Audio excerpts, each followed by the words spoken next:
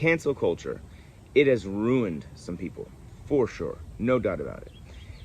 When you look at who it ruins versus who survives it relatively easily, there's a very easy to see obvious thing. It is, if you are someone that will bend the knee, so to speak, to it, then it's going to destroy you.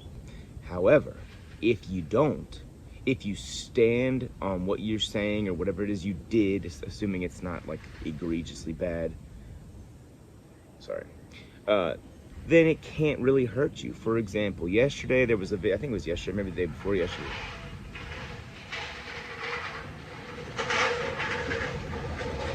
There was a video yesterday or the day before yesterday, I can't remember, but UFC fighter Sean Strickland, who I'm a fan of, I think he's hilarious. If you don't follow him on Twitter, you should, because the dude is funny and low-key based in like a goofy way.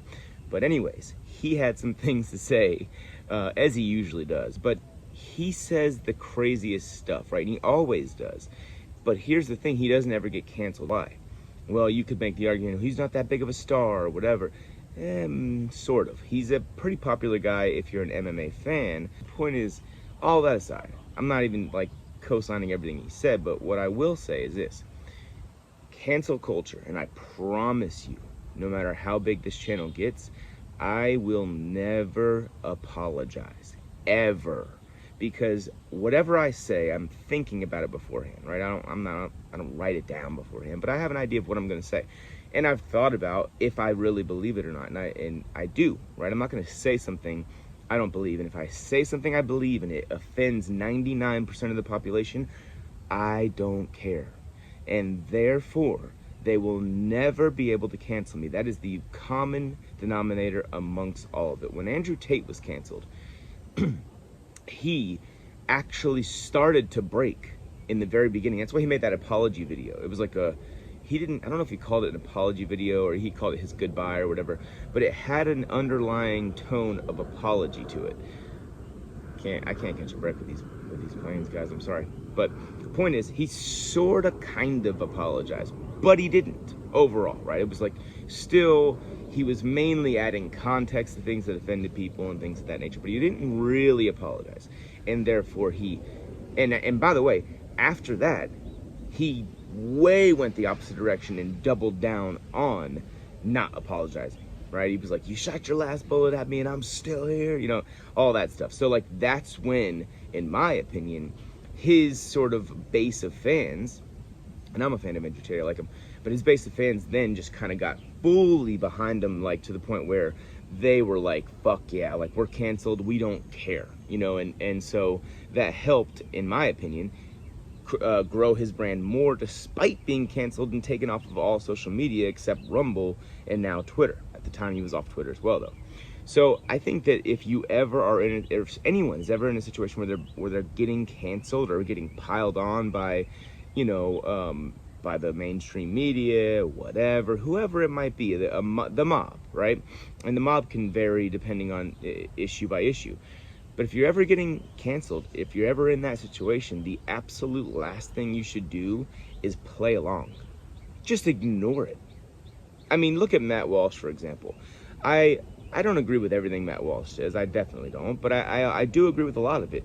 And the main thing that I respect about Matt Walsh is whatever he says, he stands on, and he does not care if they try and cancel him. He doesn't care what they do. It does not matter. And if you have that mentality, it's like dealing with a child.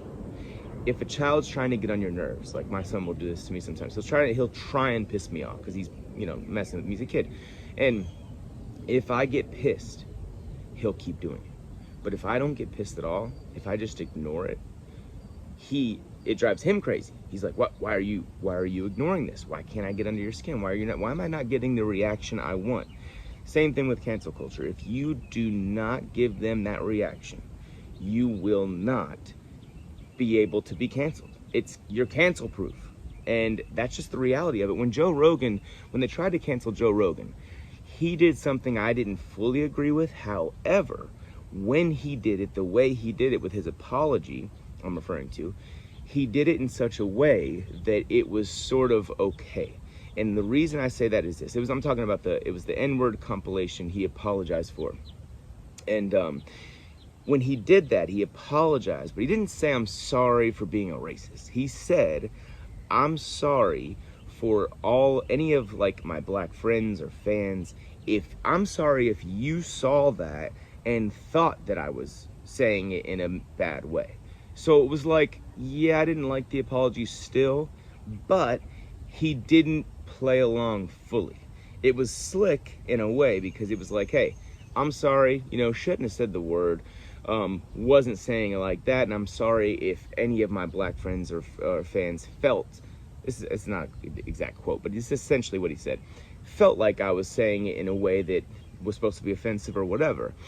And so, I think that when you that's about the most you can play along and not play along, if you know what I mean. So I think, and again, Joe Rogan, I think he said when all that was said and done, he gained like 2 million subscribers on Spotify. So, at the end of the day, if you, and Matt Walsh is an expert in this regard, if you use the vehicle of cancel culture in a way where you don't care, it's guaranteed to grow your audience, right?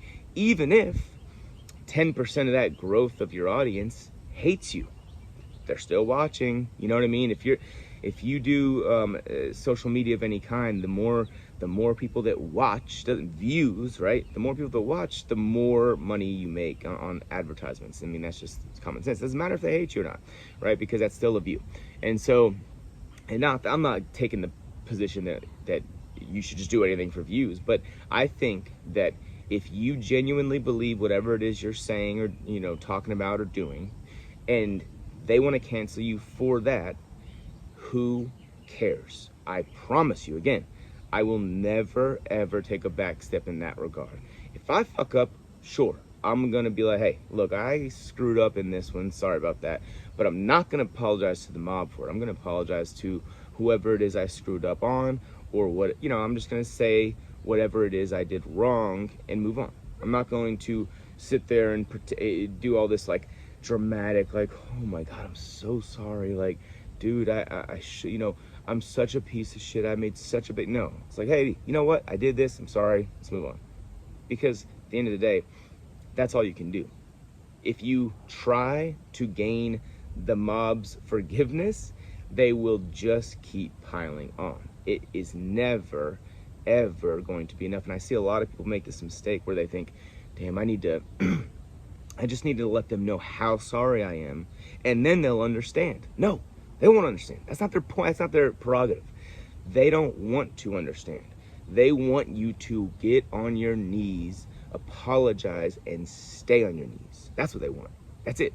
So, anyways, that's really just sums it up. Don't apologize to cancel culture. Only if you're on the internet like me right now, only say what you actually believe. Because if you say stuff just to get clicks and views, and then you get canceled, you're gonna feel more compelled to apologize. But if you're actually your genuine self, and that pisses people off to a point where they're canceling you, that's okay. Because at the end of the day, that's only gonna make your brand bigger, it's only gonna make your voice bigger, it's only gonna make you reach more people. And if you're being genuine, I don't care if I disagree with you completely, I think that you should have the right, and not just the right, but I think that there's some people that anybody, even people that disagree with you, can learn from you, for you to stand in the face of that and just not budge and keep saying whatever it is you believe or doing whatever it is you believe in. So anyways, if you enjoy the content, please subscribe, and I'll talk to you guys later.